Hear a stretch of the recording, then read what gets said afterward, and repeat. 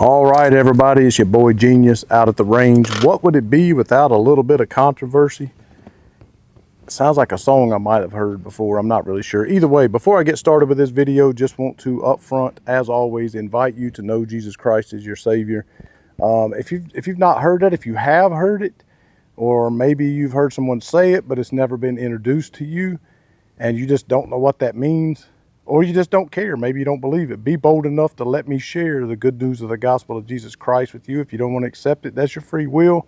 Reach out to me, gsquaredtactical@gmail.com, or in the comment section. Allow me to share the good news of the gospel of Jesus Christ with you. Also, consider supporting Amanda and I over on Patreon, $5, $10 a month.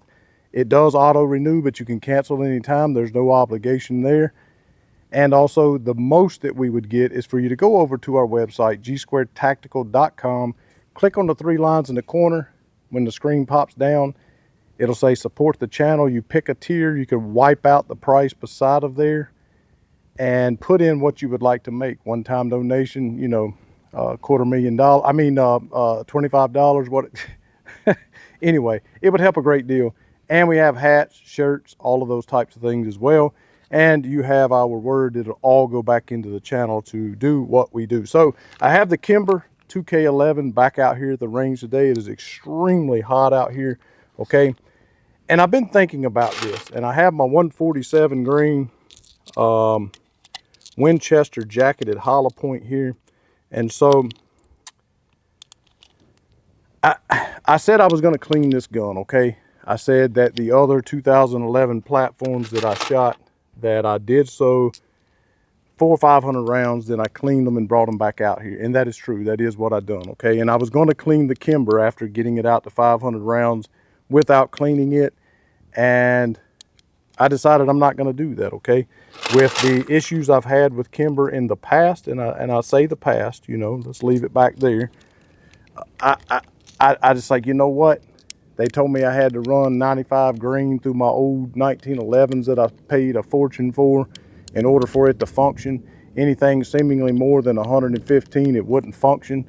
The majority of what I have put through this gun up to the 500 rounds has been 124, but it is also 8 aluminum, it is also 8 steel, and it is also 8 the 115 without issue. So I figured, well, you know, hey, it hadn't been cleaned for 500 rounds.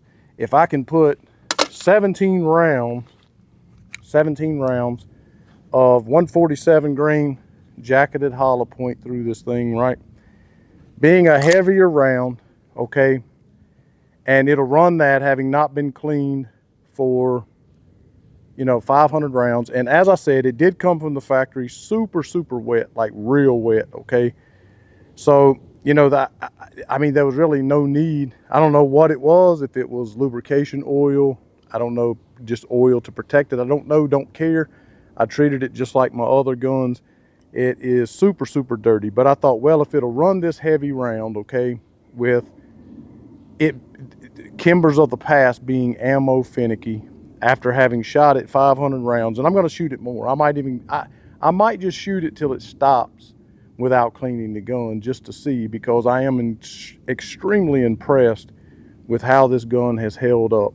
And I can't say enough about how much I like it. And my wife really likes the gun as well. And I will get to the title of this video, is it better than Smith Wesson? So let's just shoot these 17 rounds of 147 and see how that goes.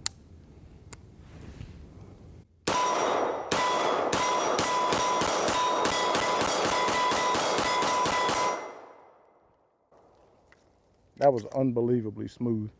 I certainly did not expect it to be that smooth. I expected it to take a little hit.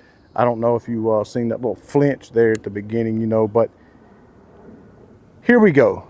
Gene, why would you even come close to comparing a Kimber or the Kimber brand to Smith Wesson? Why would you do that? I mean, Smith Wesson offers guns from, you know, $300-400 all the way up to $2,000 or maybe more, depending on if you get a revolver or something. Why in the world would you compare a Kimber, given that most of them are, you know, maybe a few sub 12, maybe 1,000. Some of their micros, maybe 500 or 600.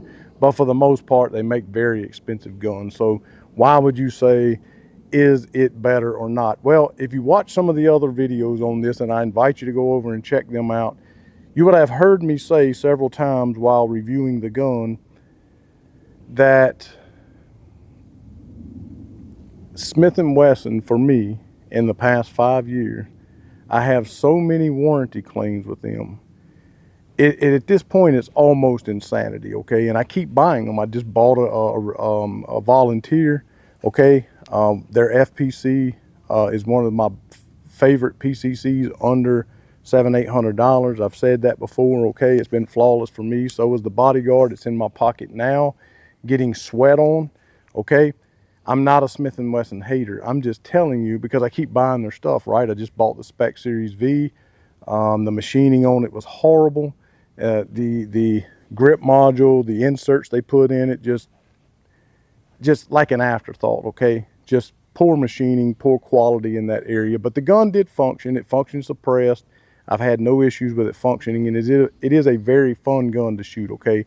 So I'm not a Smith hater, but what I'm telling you are facts, and that is I had to make a file specific in my email and a paper file for the amount of warranty claims that I've had to make for Smith & Wesson, and the hate that I get for doing an honest video is unbelievable. People talk about how much they hate shields on YouTube, but then you have someone like myself that's not out here being theatrical, just telling the truth like the everyday gun guy, right? And he catches so much grief for being honest about a gun, but yet someone they claim is a shield that never gives a bad review on anything, they get nothing but praise because they didn't say anything bad about your blessed Smith & Wesson that you love so much and that you sold out to, your brand loyalty, if you will, okay?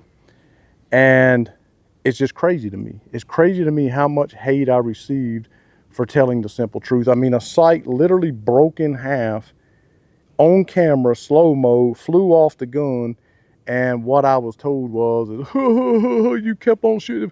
It was 50 rounds before you even realized it was gone. Well, that means I'm a good shooter because I'm focusing on my front sight, and some of the gutter was still in the sight. So, you know, go get you some of that. But either way, it broke on camera, okay? And the slide stop issues I had, or the slide lock, should I say, issues that I had on that gun. And that was the shield carry comp, and then also the M&P 2.0 carry comp. Just a plethora of warranty issues that I have had with Smith & Wesson products. Their response that I had to send it back twice, ended up selling it, okay? But everyone comes at me with hate. And it doesn't matter if it's a $1,500 Smith like the Spec V, or if it's a $500 or $600 shield, it doesn't really matter. So price doesn't really seem to come into the equation here, right? They always defend them. And part of their defense is, number one, it's an American company. And number two, they made a move. Okay, they moved from Pennsylvania or wherever they were at down to Maryville, Tennessee. I went over there and visited that facility. They wouldn't let me go in there, but at least I went over there and saw it. Okay, I'm not a Smith hater, but Kimber also made a move. They made a move down to Troy, Alabama, and so everybody just wants to hate on Kimber. And I can't help but think that it's got something to do with the price, okay?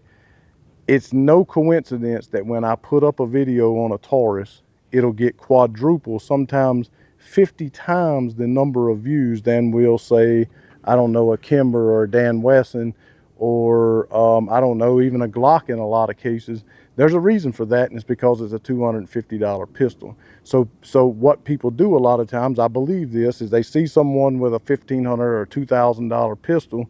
This will run somewhere around 2021, somewhere around there. They see someone with a pistol that costs that much, and they convince themselves that they wasted their money. They got too much money. They get jelly, if you will. They get jealous, and so they just want to hate on it because of the price, because they want to buy a $250 Taurus. Not that there's anything wrong with the Taurus GX2. I mean, I've been running the crap out of it. 2,500 rounds. It's been flawless, okay? But I think that's got a lot to do with it, because Smith offers some $300-400 guns, And very few of Kimber's products are $300 or $400. You can get some of the micros for $500, $600, sometimes on sale even less than that. But this is a $2,100 2011, which is a really like low end in the 2011 market, quality 2011 market. Okay, so so this has been my experience. I did have bad experiences with Kimber in the past, no question about it.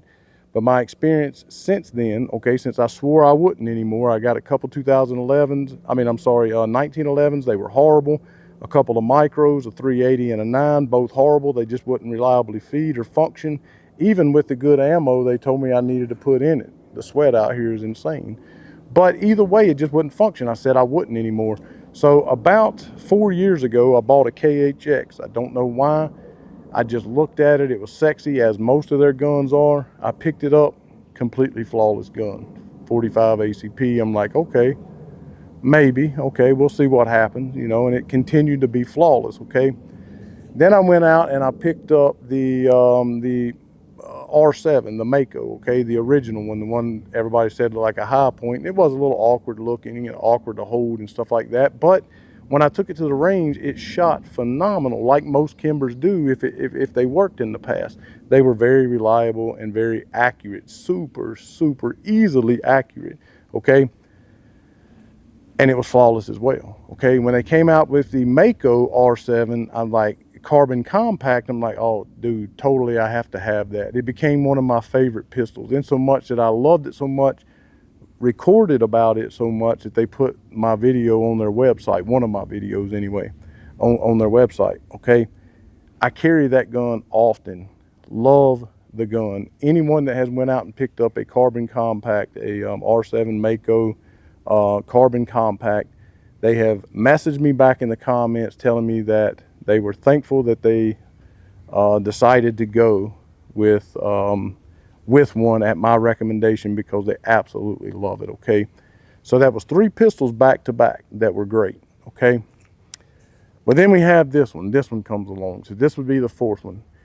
No way in years past would I have gotten to over 500 rounds shooting 147, 124, 115, plus P plus. I shot plus P plus through this thing, steel and aluminum. It wouldn't even have got through the first magazine of the best ammo you could find. And I think that is attributed to the fact that they are really trying to produce and put out a better product that still has their phenomenal machining on here. You don't see anything as far as machining marks like you did on that Spec V from Smith. Nothing. Flawless machining, inside and out, no burrs.